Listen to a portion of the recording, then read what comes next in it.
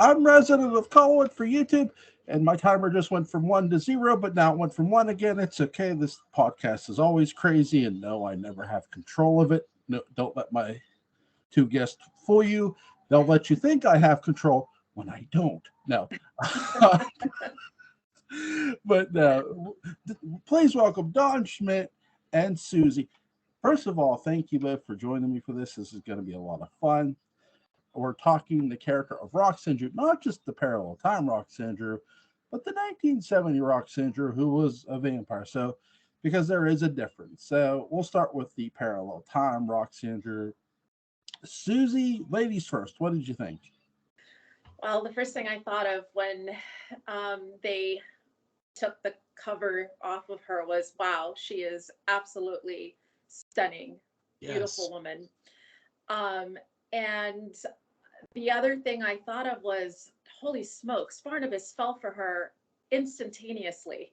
And that I was kind of surprised because, you know, we've seen Barnabas kind of, you know, fall for the same type of looking kind of woman, you know, the one that resembles Josette. And Roxanne couldn't be any farther, you know, looking, you know, than Josette. You know, she had short hair and it was reddish, and she had this like youthfulness about her. So I thought that that was very different for him, falling for her that quick, that hard, even before she, you know, started speaking. Don? Well, you know, I was thinking, I agree with Susie. It was kind of intriguing. I mean, here's this poor woman under horrendous circumstances.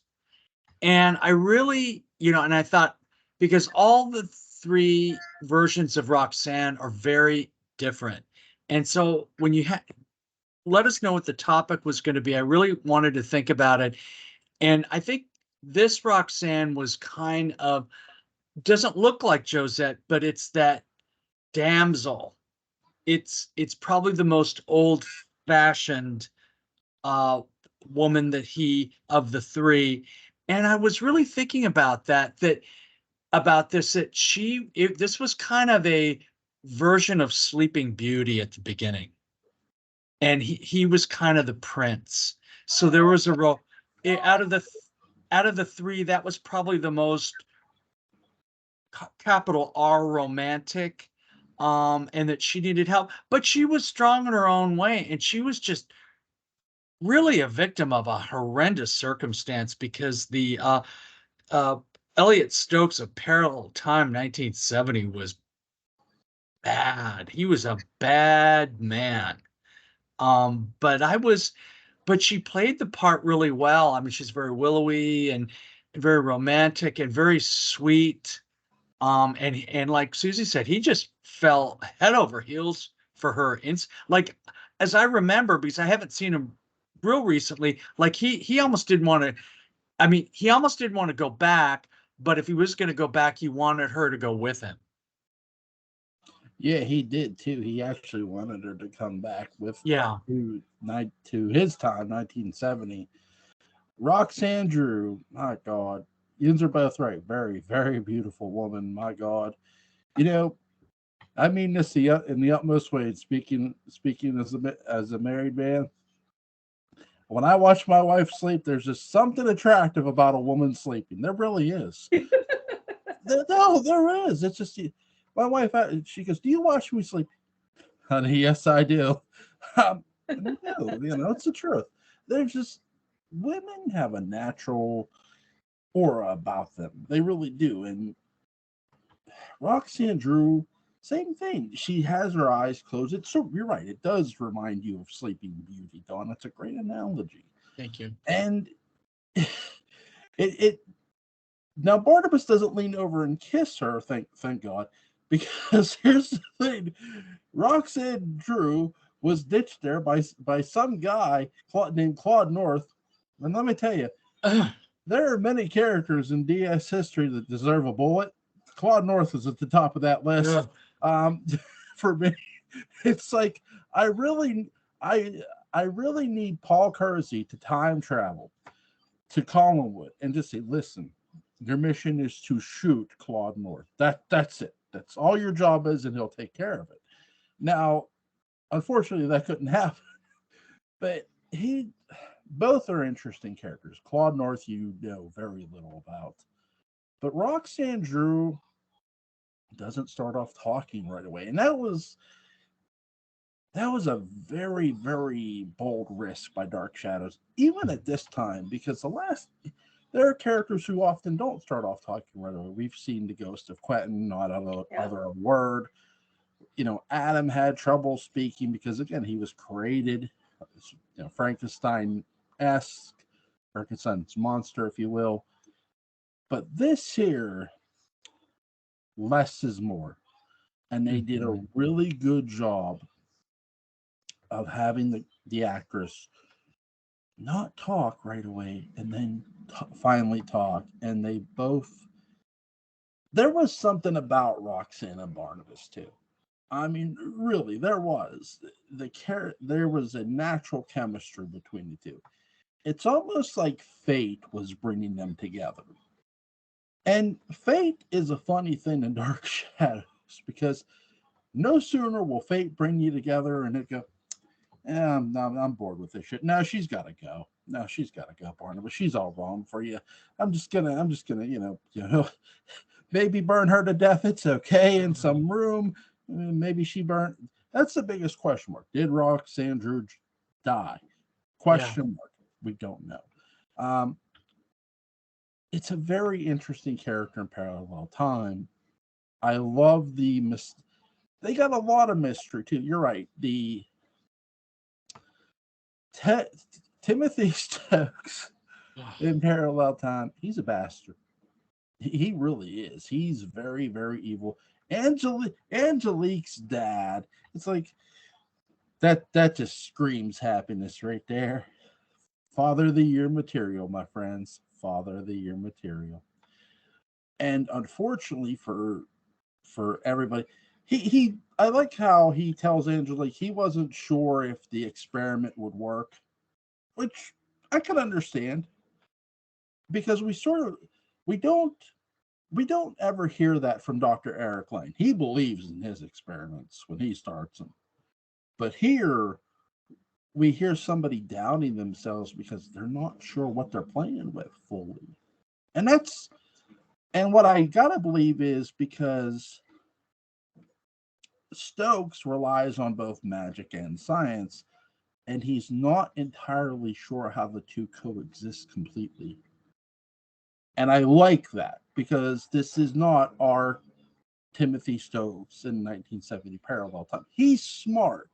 And yes, he knows he's smart, but he's also unsure of himself too.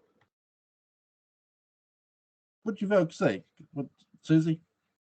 No, it's very true. And you know, one of the things that I was kind of thinking about was I think that when Roxanne was laying there, that, you know, she can hear everything. I'm sure, you know, because they say, like, you know, when you're when you're like, I don't know, what's it, when you're unconscious, or that you even though you're unable to speak, you could still hear everything that goes on around you. So that she knew that what you know, what they had in store for her, what the plan was for her.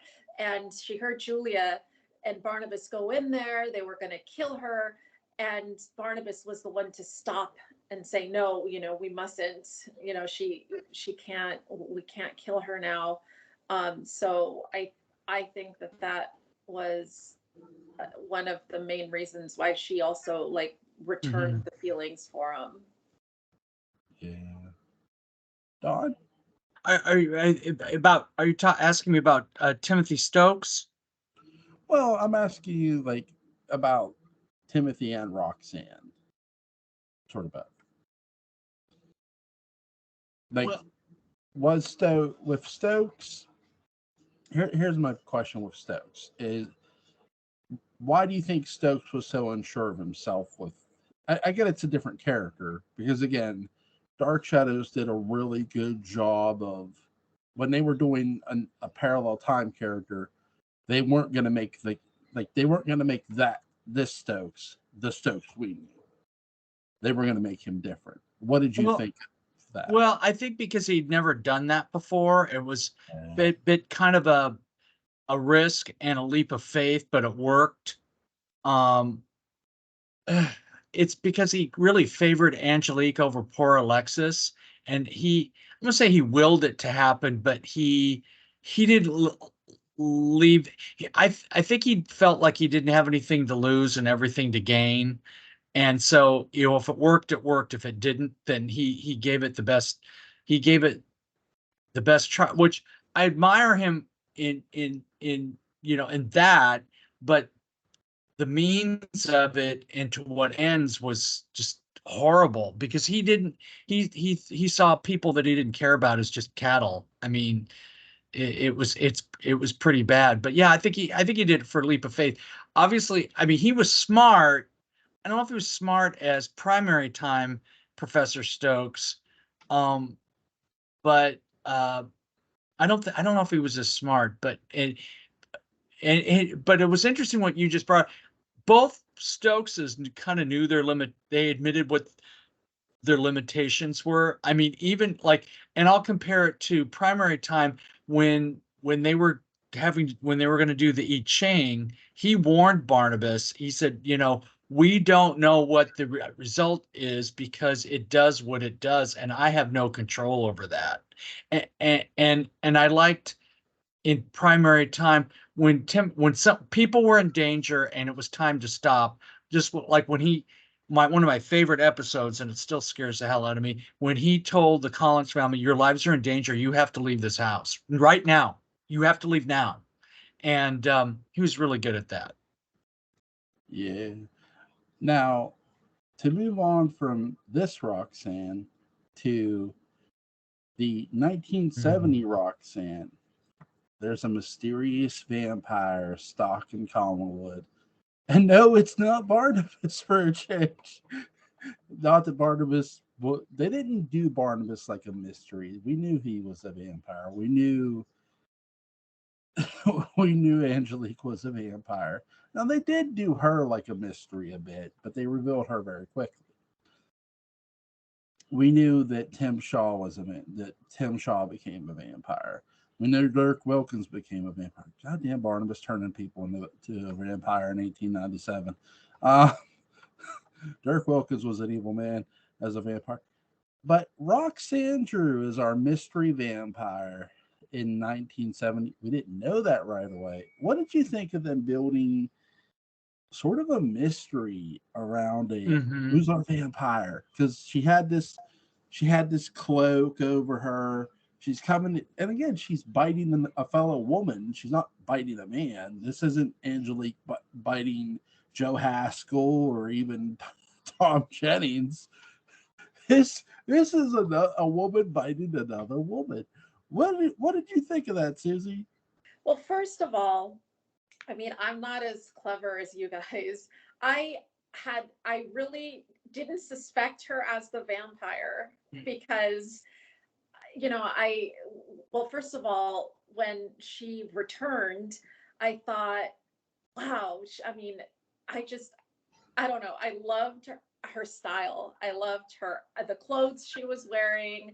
She was so like chic but bohemian, and she was just so like sure of herself. She didn't seem, there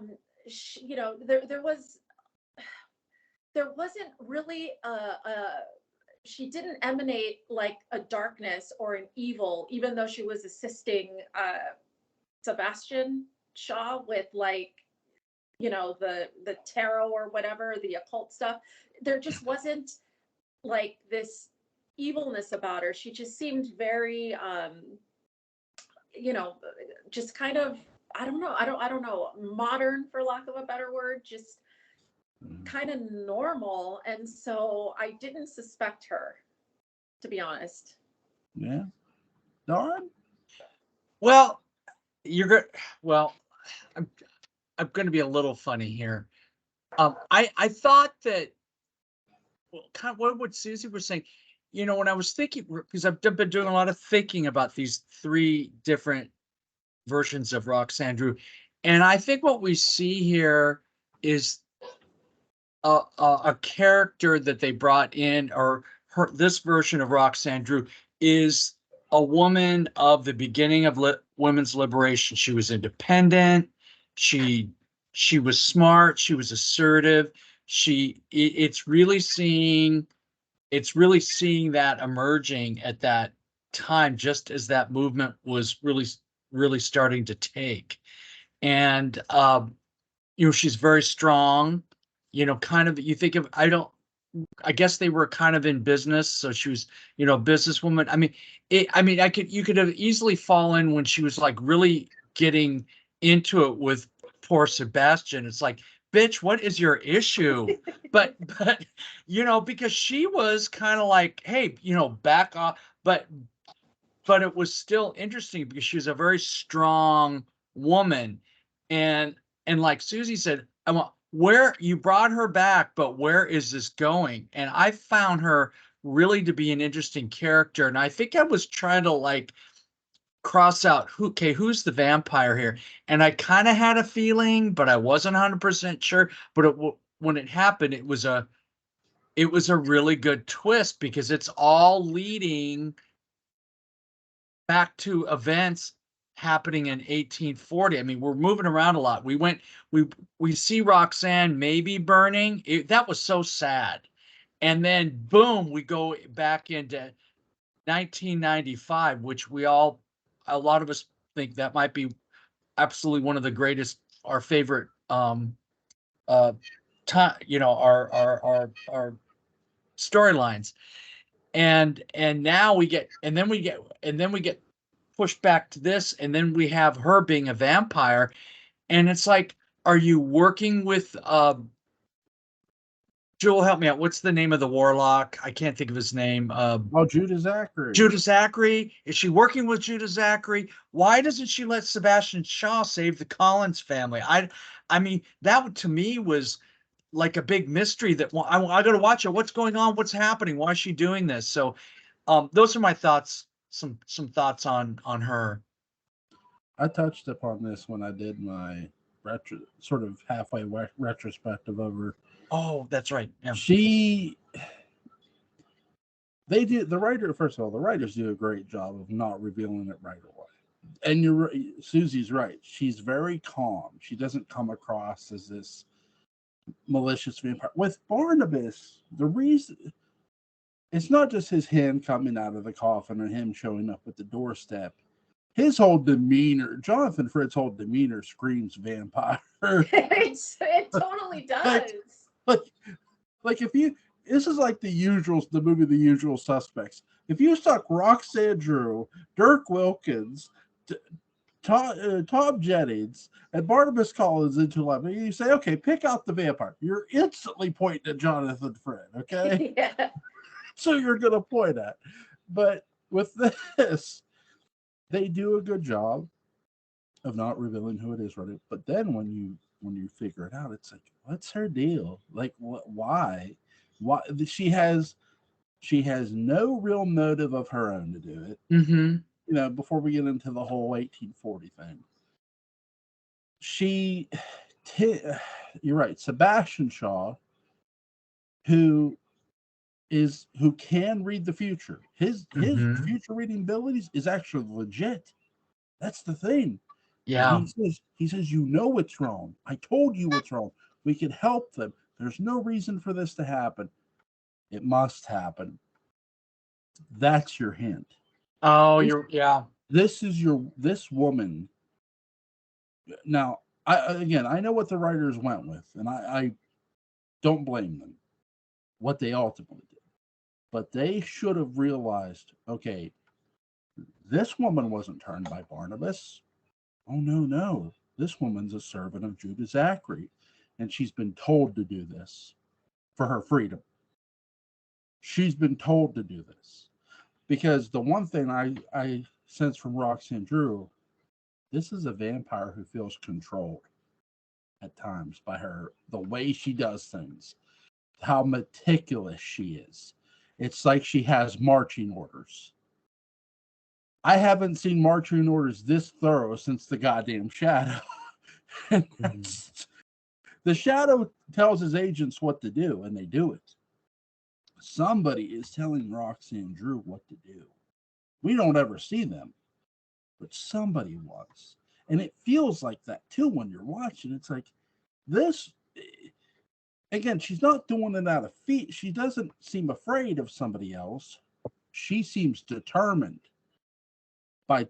because something's at the end of it for her. What would be at the end? A cure. Like, I'll release you from this.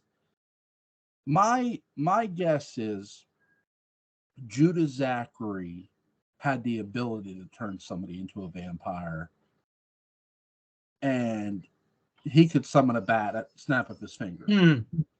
And he turned her. For whatever reason, he chose this woman. It could have been Susie for all we know. No, but my point is, it could have been any woman. And it really could have. It just happened to be this one. The writers don't do that. The writers don't go with that direction, unfortunately. They go with, well, Barnabas bit her. And their explanation makes the world sense. It does. I'm not trying to do a cop-out here. I want to be clear. I'm not trying to just defend the writers. No. The writers go, okay, how can we logically explain Roxanne Drew in 1970 if Roxanne Drew was alive in 1840? Well, Barnabas had to go back in time and use the I Ching to go back to his body, to inhabit his soul in his astro self into his body. Because if Sandor had released Barnabas and there's no astro from 1968, Sandor is a dead man. He's not living. He's not going to live at all. It's different. It's different with Willie, because Barnabas realizes, hey, somebody opened my coffin, and it wasn't my dad. I need answers. He grabs Willie by the phone. Poor Willie Loomis. What is it with horror and people with the last name Loomis unleashing some kind of evil in this world? You got Willie Loomis in Dark Shadows, and you got Sam Loomis in Halloween. Okay, there's something in the Loomis gene pool that is severely messed up. Somebody dropped a kid on their heads many times in the Generation era. But, yeah, it wasn't the guy from Scream, wasn't his last name Loomis too? Yeah, see, he was a killer too. See, yeah. It's that Loomis gene. I'm telling you. Someone shows up named Loomis at my house. Get out, go somewhere else. But no, she's very. It feels like it's Judah Zachary. The writers. Saying Barnabas again. Do I love it? No. Does it make sense? Yeah, it does. I mean, for the most part, it doesn't, because the first thing as a writer you have to do when you reveal something in a story, and I do this all the time, is you have to have it make sense to yourself first before it makes sense to anybody the hell else. And if it doesn't make sense to you, the writer, then why the hell should you expect it to make sense to anyone the hell else? It's not going to at all. So you have to, this makes sense here. So Barnabas, who doesn't remember by here, because it wasn't necessarily our Barnabas. It was the Barnabas who was initially sealed up and he didn't have his soul. It's a bit of a stretch, but it's still there. Yeah, it works, I think. Sense. I go ahead, Susie. I'm sorry. Oh no, I didn't say anything. Don that was said. Me. No, I just said I just said it. I thought it worked. I mean, yeah, it was such a cool thing in 1840 because she has to deal with the old Barnabas, but the old Barnabas doesn't know her, and then he had to do each. I just loved it. I mean, though I don't know how the writers came up with that.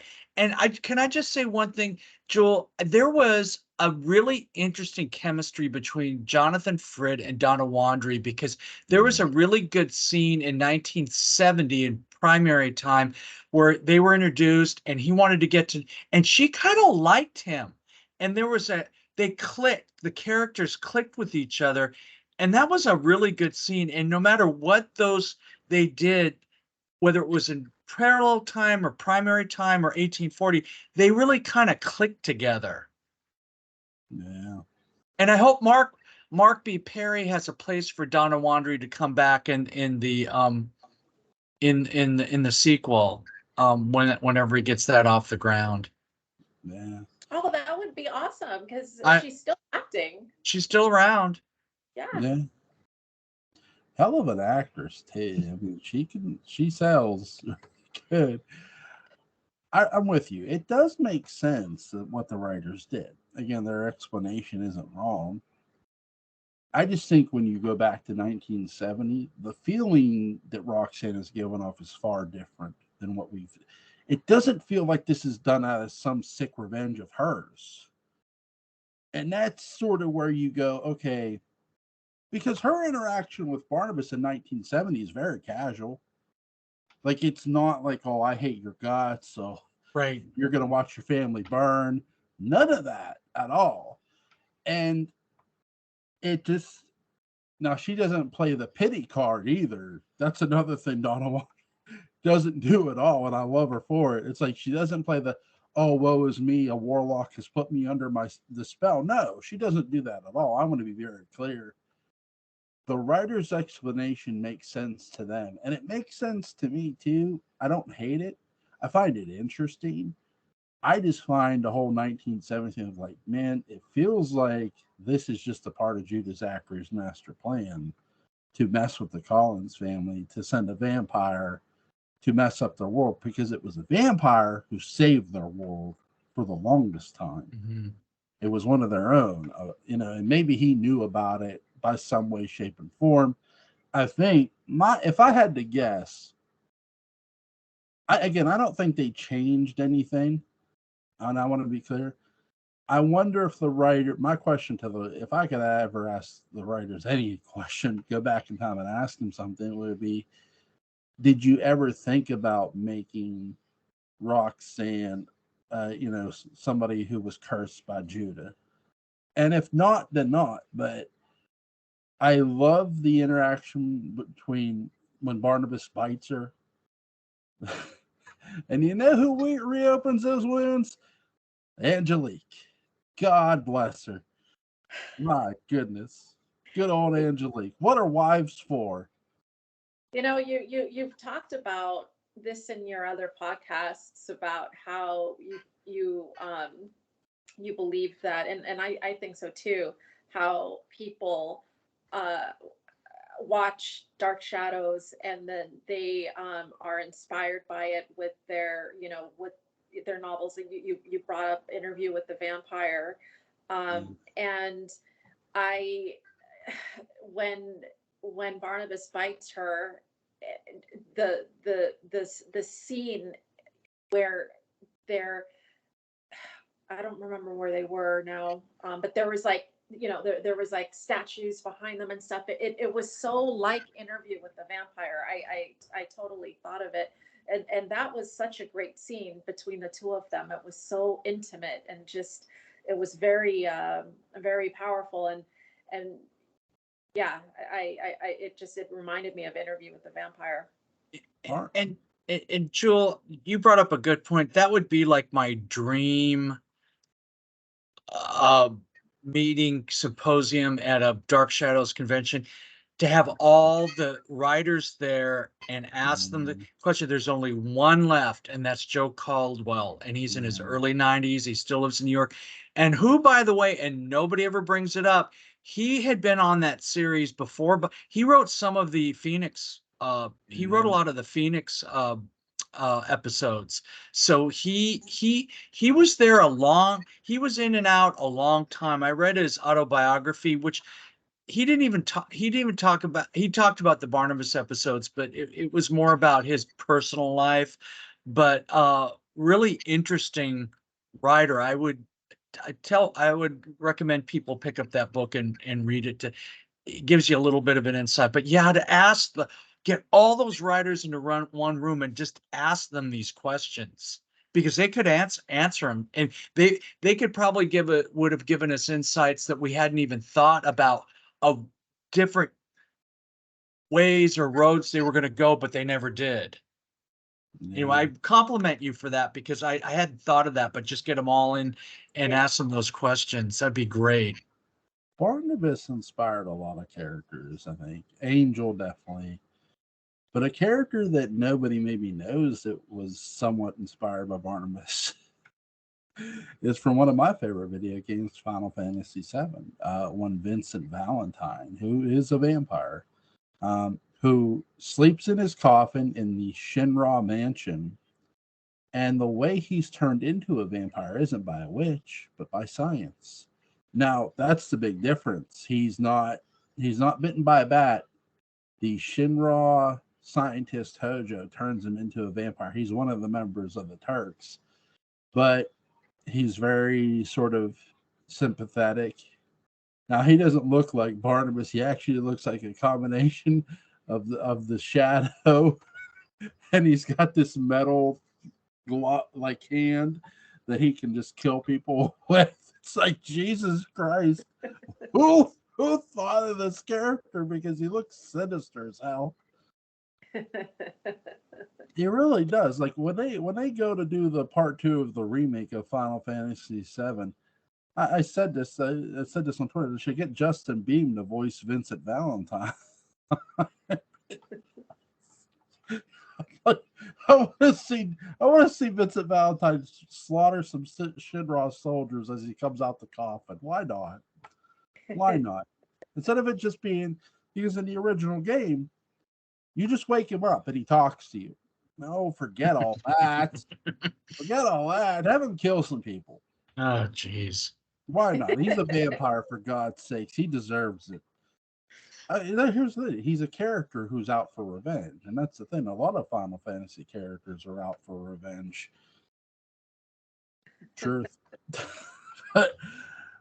What's you guys' and gals' overall thoughts with Donna Woodry, the lovely character she played, Roxanne Drew? Susie? What are my thoughts? Yeah, what are your overall thoughts of the characters? Oh, I mean, I thought that she did so well. Just her being able to play when we were first introduced to her, like said, the damsel in distress, and then have her come back in 1970, and she was just so confident. I love that, and the way that she stood up to Angelique, or was her name Valerie at the time? I can't remember, but the way that she stood up to her when she came into the drawing room and Barnabas had her arms around her, and she's like, and she knew at that point that Barnabas was married to her, and she was heartbroken and disappointed that she was falling for him, and then she just said, oh, screw it, I like him, and they're embracing, and then Angeline walks into the drawing room, and she's like, he doesn't love you, he loves me. And I was like, oh my God. Well, when Joel comes back, yeah, and I'm sorry about these text messages. Oh my gosh, can you hear that? No, Oh, you can't hear the little beep? No. Okay, good. Awesome. All right, so Joel, were you talking about, were we getting into 1840, Roxanne? Yeah, overall. Okay. I really liked her. Well, I thought both, and her sister was it Samantha? Yeah. Yeah. I thought they were both very strong. They were sisters, very strong women. Just a little sidebar. I was kind of disappointed about how the writers just made Samantha like the total bitch at the end. I wanted to see a little bit more balance, but that's another show. But I thought Roxanne Drew of 1840 was very interesting. I think she was strong. I think she was courageous. I think she was independent. I am so glad. I mean, who'd want to marry Lamar? Ugh. I mean, he was an undertaker. I love you, Roxanne. Oh, go suck an egg. Oh I my mean, God, get no. I mean, I would have just stayed. I would have just stayed single, other than get married to him. And anyway, I really liked the character, just telling him to basically go to hell, Gesundheit. And I just really liked her. And it's sad what happened, and I think Barnabas felt really bad, but it's just like that's 1840, and 1840 was just, you know, tense. But I liked her a lot. She was a totally different character from the other two, and Donna Wandry pulled it off. She was working her butt off. That's hard. Yeah. Yeah, she's far different. If it doesn't feel like she's playing the same exact character you see in 1970, but she does get, because that the vampire we see is very relaxed. Yeah, she yells at Sebastian Shaw, but it's Sebastian Shaw. Anybody could yell at him. And this, you could tell she's really she wants Barnabas. She wants to be with him. It very much reminds you of the Roxanne and Parallel Time to a degree. To a But degree. but it's different here because Barnabas knows that Roxanne Drew is a vampire in 1970, and now for Barnabas to make the choice, I would wager that even if Barnabas were human, he could never bring himself to actually kill Roxanne. That he couldn't. Roxanne's brother does the deed, but this, he ends up having to kill Roxanne. Samantha, you're right. She's a bitch. But I'll throw this at you. Samantha married Quentin to somewhat get back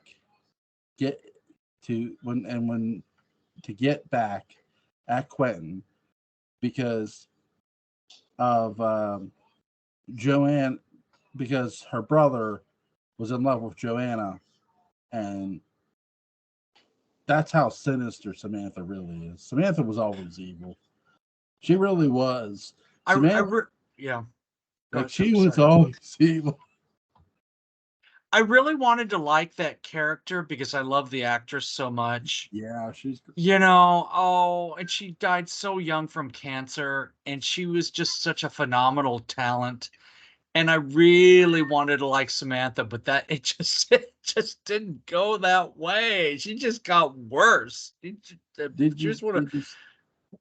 Sorry. No, I'm sorry. Did you see her in 1776? Oh yeah. Oh yeah.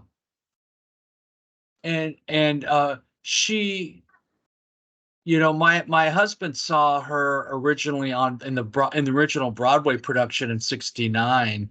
Ooh. And she was in that production, and she was just such a talent, just funny, just a very talented actress. I'm trying to think if there's any questions I have about Roxanne. We know her fate. Her brother ends up. What did you think? What did you both? Because she has two other siblings. But what are your? I know Don's thoughts about Samantha, but Susie, what's your thoughts about Samantha?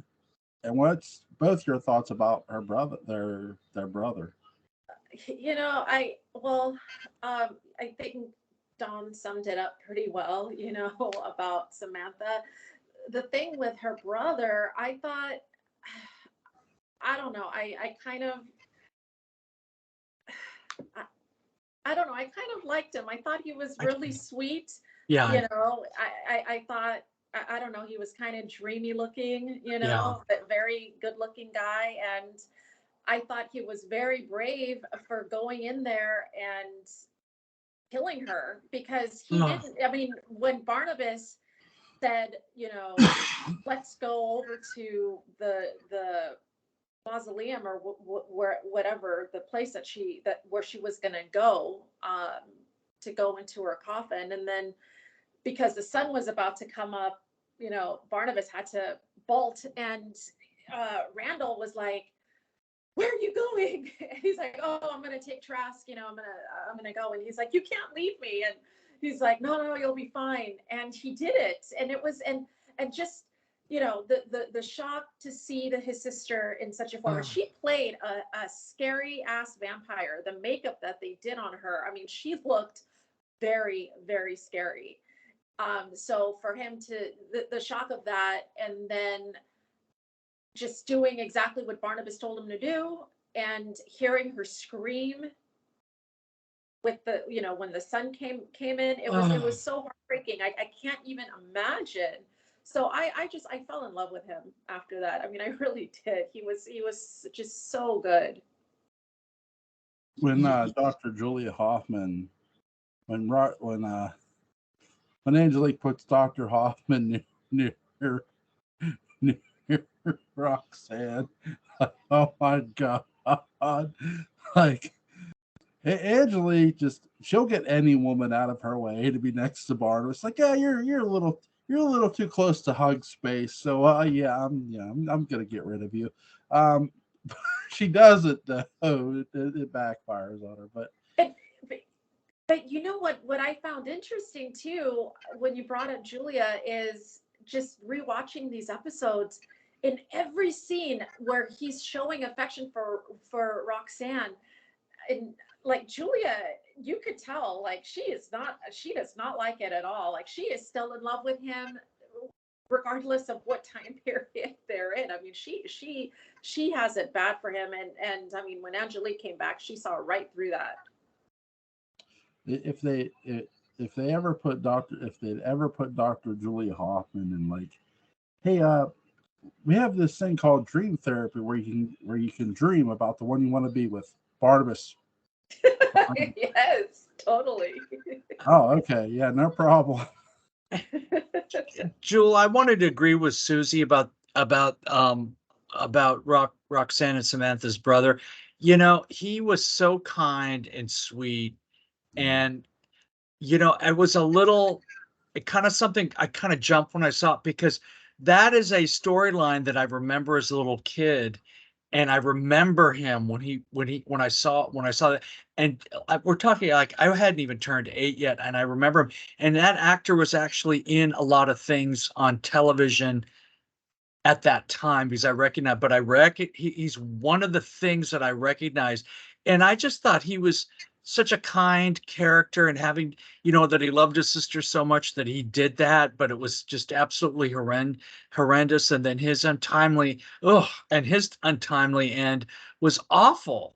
I mean, it was really showing just the debauchery and baseness and evilness of Judah Zachary, who was, I didn't think anybody could outdo Count Petofi.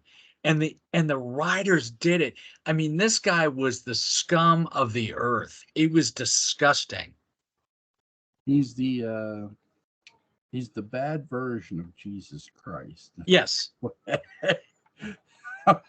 It's beautiful too. But the more evil, the better. That's the thing. The great thing about heroes is they're not made unless you have a strong antagonist. And Judah Zachary was the strongest one. Yeah. And I give a lot of credit to James Storm for bringing that character to life. I mean, my God, what an actor he is. I mean, he pulled that off greatly. And how sinister he was on screen. He was beautiful to watch. It was like watching an artist work. Well, just him scaring the poor Collinses after they went to the old house with that snarl. I mean, how do you do that? I mean, he scared the shit out of me. I thought Quentin was scary. Silent Quentin was scary. James Storm just was off the charts for me. Oh, absolutely. Can you imagine waking up in the middle of the night, and seeing him standing there? Oh, hell no. He's very creepy, that's for sure. He knows how to sell his facial features really well, and the actors on Dark Shadows did. They all did, but he definitely turned it up with this character. I mean, because when you're introduced to him, he's not Judah Zachary, okay, but once he becomes that Judah Zachary, it's like a snap of the finger. It's like, holy shit, it's a whole nother thing. And the transformation when he didn't want to be Judah Zachary and he got sucked in, that was intense, Joel. Yeah, definitely. Look, horror is all about tension and the release of tension. Like, Michael Myers isn't scary when he's killing people. Michael Myers is scary when he's stalking people, because that's how that's the tension. You're watching this figure from the dark. Watch this woman walk around in this kitchen. You're like, what the hell is he going to do? You have no idea what he's going to do or how he's going to do it. And you know what was, well, because I've seen like 3 of the movies, but in the first movie, it's all of our greatest fears when we were a little kid. When the little kid's walking home from school and Michael Myers is the boogeyman in the car. Oh my God. When I first saw that, I was like 15, 16, but it reminded me as a kid, like parents said, don't talk to strangers. And we were always afraid of that guy grabbing us and killing us. And that so effective. You're spot on with that. Nick Castle, who was in the costume to chase Jamie Lee Curtis's character Laurie Strode across the street. Oh, when they were shooting that scene, he was roommates at USC with John Carpenter. They were friends. He said, "John, what's my motivation here? Is this guy really crazy or what?" And John Carpenter, he liked the way Nick Castle walked. He said, "Nick, just walk."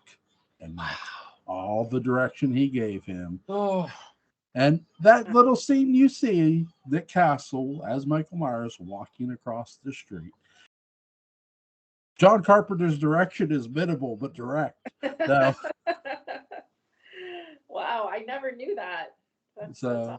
It's always a little fun to go back and revisit the Halloween movies because they're just a blast to watch. So, good. Is there anything you guys want to add about Roxanne Drew? Well, I kind of did want to add something. When they, one of the things I found very, very touching was when they did the seance and they wanted, or I think they asked, like, what was it? Who turned you into a vampire? And they conjured up her ghost or whatever. And she named the vampire as Angelique. Like, she didn't betray Barnabas at that point. She could have, Barnabas was like sweating it. Like, is she going to say, mention me? So I thought that was very interesting. I think Roxanne's hoping she gets lucky in the afterlife with Barnabas. No, I honestly think because she's not wrong. Angelique is the last person to turn her. And your victimization isn't about the first person who does it to you, it's the last. And that's sort of the representation of that seance. Who did this to me? Oh, Angelique did this to me. I was fine. Like, I was cured of my vampirism. The wounds went away. Barnabas didn't turn her. Right.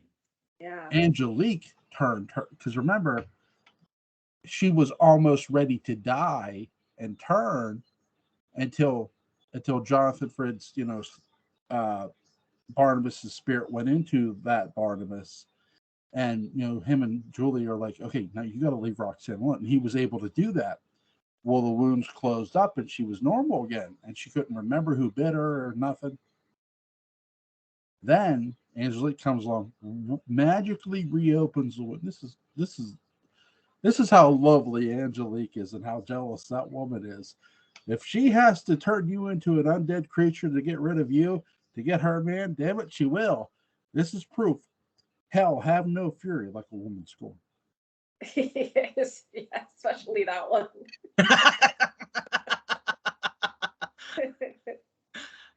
Yep. So true. Oh my god. Oh my god. I have the perfect. I had. Let's see. What are you guys doing next Sunday? I don't know. I'm not sure. I'll keep you posted. Yeah, I think. Let's see. That'd be the 17th.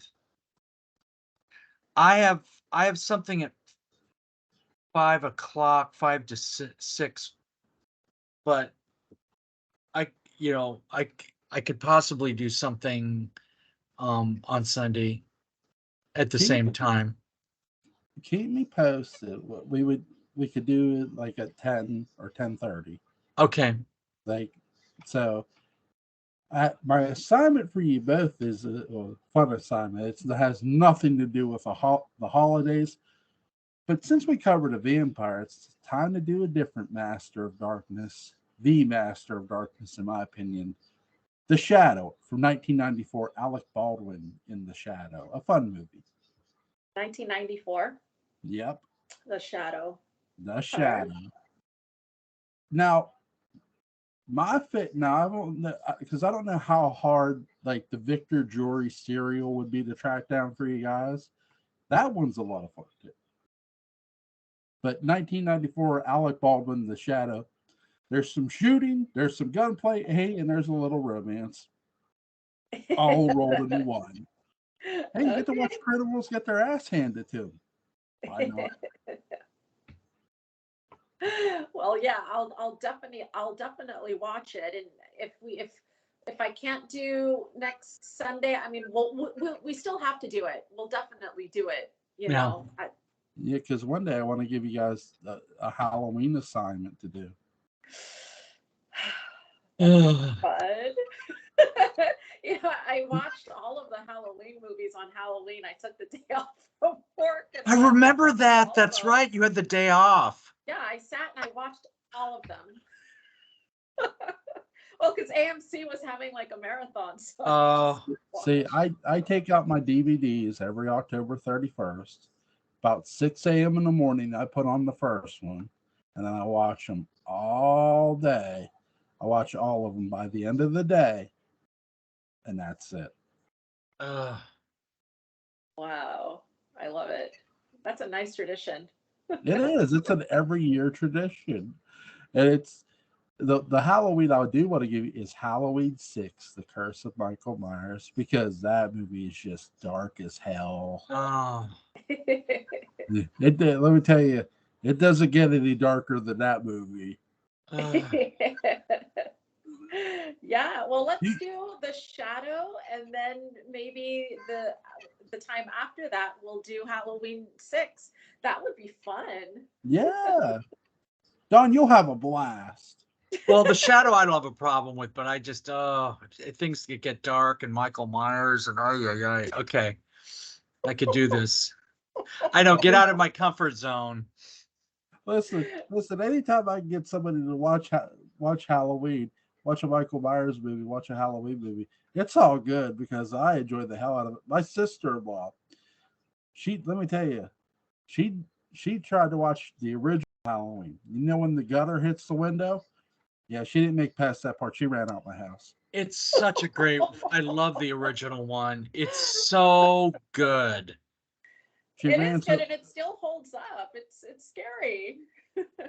She ran so fast. She ran so fast that I didn't see her get inside the door. The other house. I mean, I have friends where we would even make fun of that poor girl that kept saying totally. Well, here's a fun fact for you in the original movie. When Annie's talking to her boyfriend on the phone, you know who that is, don't you? That's John Carpenter himself. That's the man himself on the phone. Oh, geez. Oh, really? I didn't know that. Voicing the boyfriend of Annie Brackett. Wow, I did not know that. So That's a fun fact. John Carpenter, in a sense, makes a cameo in his own movie. Well, his voice does, anyway. He's having some fun with it.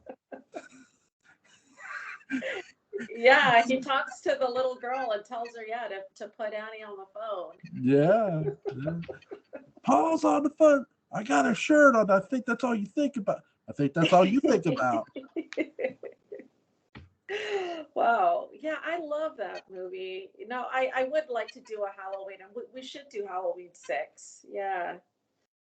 And a fun one now, Season of the Witch. That's fun. Oh.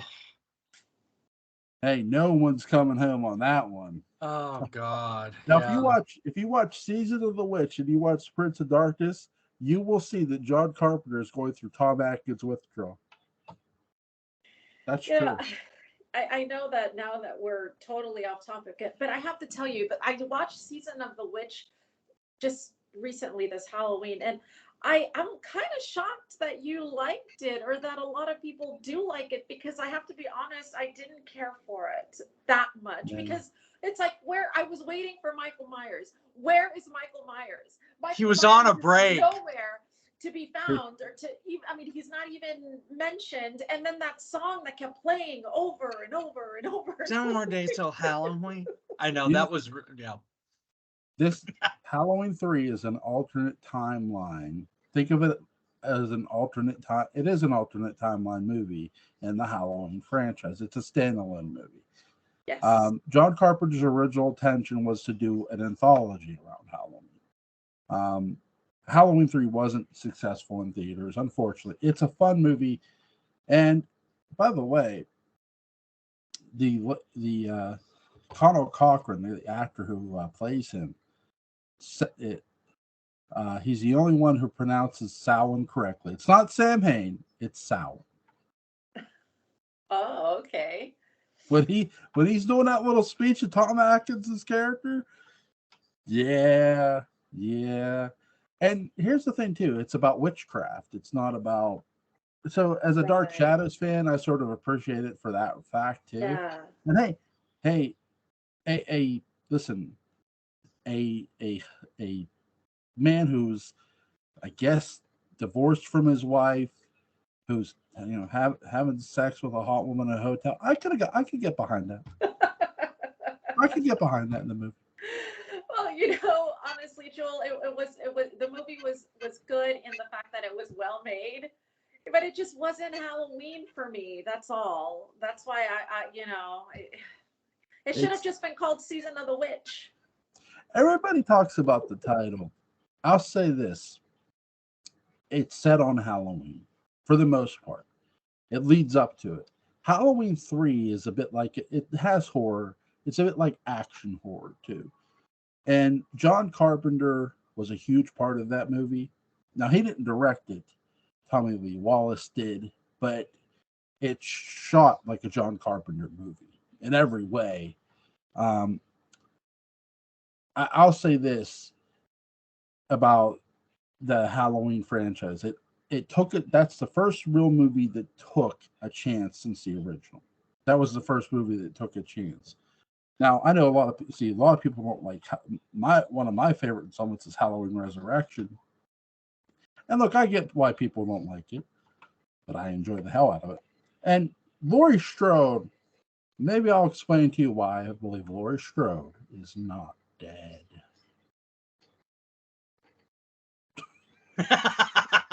You know, a little doctor.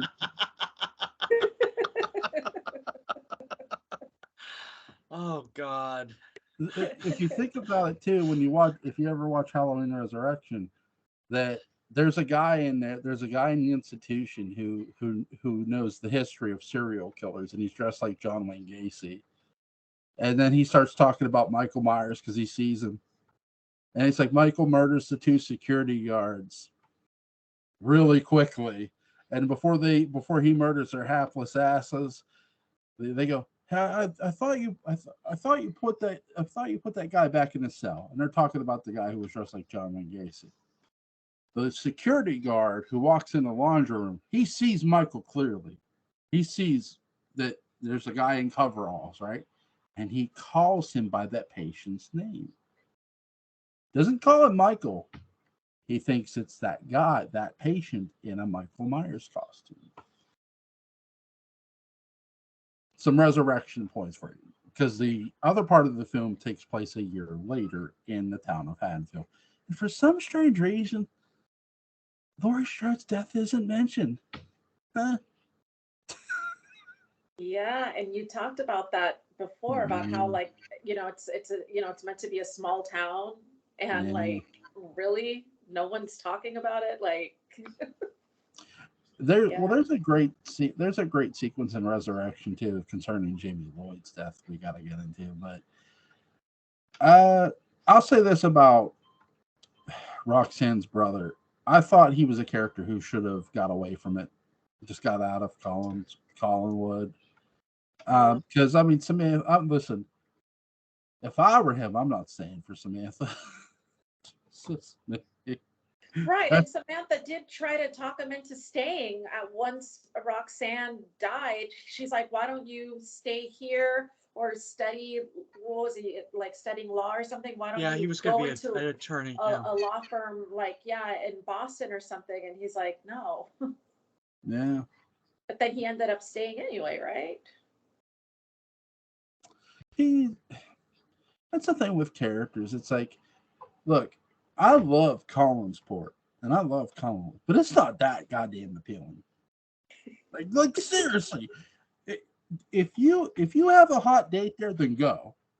Okay, but other than that, listen, it's sort of there was a joke my friend made about going in the bars. He's like, when the sun's up, you can go into a bar. But at nighttime, the vampires come out. The bad people come out. You got to go home before the dark comes down. Yeah. It's like, you got to go home. It's like, oh my, that's Collinsport. That's Collinsport, yep. You got to go home before the sun goes down. Get in your house before the sun goes down. And whatever you do, have a gun, and make sure it's loaded with silver bullets. Yeah, and there's not really a lot of places to go. I mean, there is the Blue Whale, and then there's the Collinsport Inn. When Angelique saw Barnabas and Roxanne, I think he said, like, how do you know it's her? And he says, she said, I saw you. I walked by the Collinsport Inn and I saw the two of you. And I'm like, he took her to the Collinsport Inn on a date? Well, those are the only two places that I knew of. It's either the coffee shop at the Collinsport Inn, or the Blue Whale, which Susie and I've been to both of the real ones. Yeah. That was fun. There was my brother's bachelor party for his wedding. There was somebody there who brought their wife to a strip club. And it's like, I'm like, oh, that's interesting.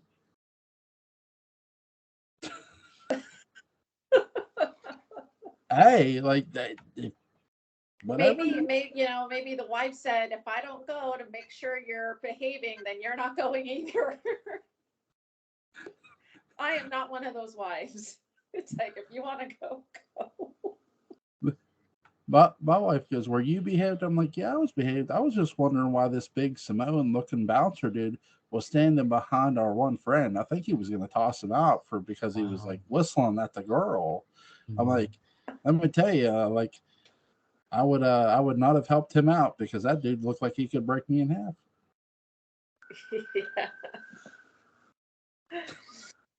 Oh my God, fun time. But no, I think the character of Roxanne Drew altogether is just a really intriguing character. Especially, like, to me, my favorite one's the 1970. I have one final I do have a Dark Shadows question for you before we go.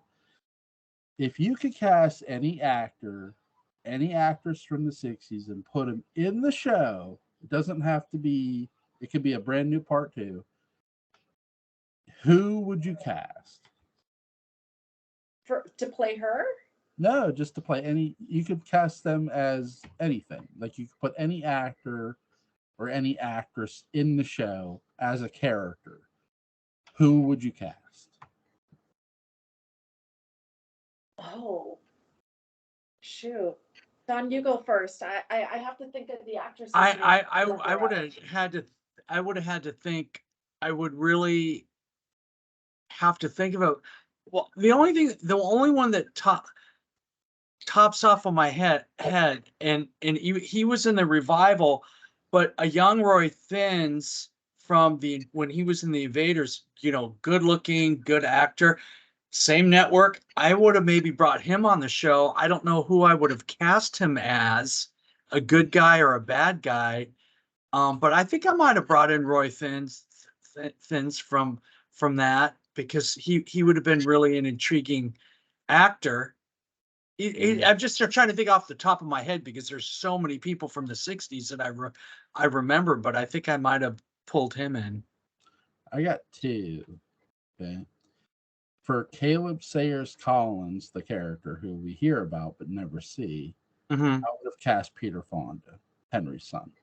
Oh, that's good. Yeah, that's a good one. And, we get King Johnny Romano, but we never hear about a queen of the gypsies. And every king tends to have one, a queen. And for the queen, my God, I would have cast the lovely, lovely Claudia Cardinal from my favorite Western, Once Upon a Time in the West, who played Jill. God, I haven't heard that name in a long time. Yeah, that would have been great. She could have played a gypsy, too. Oh, okay. So you guys were thinking more actors from before? Yeah, from that era. Yeah. From that era of, and I'm thinking mostly of, I mean, Joel mentioned her from movies, but I'm thinking other television actors. Yeah. Because I didn't see a lot of movies when I was a kid, and I'm thinking of all the different shows that were on, and definitely, Roy Thins, when young hot actor at the time, and I think the Invaders had a few seasons. Because my parents watched that every week. That was excellent. Yeah. Yeah, I can't really think of any off the top of my head. I'm trying to. Well, I think he was in the movies by the time, but I'm surprised because he did make television appearances. I'm surprised Charles Bronson didn't make an appearance on Dark Shadows sometime.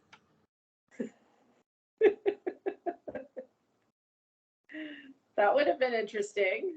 That would have been really, depends. I mean, I don't know if he was in New York at the time, but he made a really, I think it was him. He made a very famous Twilight episode, and it was basically after kind of an apocalypse between the and Elizabeth Montgomery, and this is like 2 years before Bewitched, was like the Russian, and she had brunette hair, and she didn't speak a word, and it was one of the most underrated as an actor. That was one of the top episodes ever on Twilight Zone. So you bring him up, he had the cred to really be good on television. I'm trying to think of other actors too who I've seen from the 60s who would have been interesting. I tell you though, again, most of them I've seen would have been in movies, but I'll tell you who would have been, if you could have found a character for him to play, would have been interesting, would have been Eli Wallach. Really great actor. Yeah, he just hugely talented too. I'm trying to think. I think I'm pretty well. Yeah, he would have been. I think he'd have been still a little too young to have been in Dark Shadows because he didn't really start doing anything until the 70s. I don't think I can name Robert Englund. Because I know he was in the Invasion show in the 70s. But funny story, him and Jackie Earle Haley, they both played Freddy Krueger, right? They're both in episodes of the original MacGyver. Different episodes. Oh. Different episodes. So that's just funny to me. It's like both guys are going to play the same role. Well, not the same character Robert's going to make it famous. Ugh. Robert, what an actor. Trying to think. See, Dana Elker, I loved him as George Patterson, but I wish they would have brought him back as something else, too. But he was busy doing so many other things. He was everywhere. Yeah, that's the thing. It's like a lot of these guys, they were sort of in between television and film. Because there's an episode of MacGyver that plays tribute to a movie Dana Elker did called The Sting. I don't know that one. That's a great movie. You got to watch it. Robert Redford and Paul Newman. The producer went to my high school. There you go. Tony Bill, yeah. Who was also Sting. in Ice, who was also a young actor in Ice Station Zebra with Rock Hudson. Oh, very interesting. Wow. Yeah. Just a little trivia I'll there. add it to my list. I have a list of all of these movies to watch. And Tony Bill was a roommate of an acquaintance of mine here in La Jolla when they went to Notre Dame together. So it's like 6 degrees. No, but yeah, and it won Best Picture. It won Best Picture that year. And it brought the music of Scott Joplin back into the American consciousness, which hadn't been in it in about 50, 60 years. Yeah. That's What was the name of that movie again? The Sting. Yeah, that was big. I think it was around 10 when it won Best Picture. Jewel, I have to go downstairs because we're having a late dinner. My apologies, dear sir. That's okay. All right. Well, we'll definitely keep you posted, Jewel, then I guess about, you said not this Sunday, but next Sunday? Yeah, next Sunday, The Shadow. If you got, please let me know, guys, because I would love to discuss it with you both. And I'll let you know right if away. you want to do a little listening of The Shadow, I will send you a link to an audiobook called Double Z. Sure. I'll send it on Twitter. Oh, sorry, X. We still, well, I still call it Twitter. Thank you. I know. My This was wife fun. goes, do you tweet or do you X? I'm like, huh? I It's don't way know. too complicated. Like, listen, think about what you helped me set up with the internet, okay? Think of my limitations of knowing about the internet, though I'm on the goddamn internet. I'm like, please have mercy on my soul and my, education, if you will. So, but again, I want to say thank you both to both Don and Susie. Thank you so much for discussing this lovely character with me, the lovely actress Donna Woodley, and her character Roxanne Drew. That was fun. It was really good. Thank you for having us on. Thank you, Joel. Bye, and don't stay on X too long. God. Bye.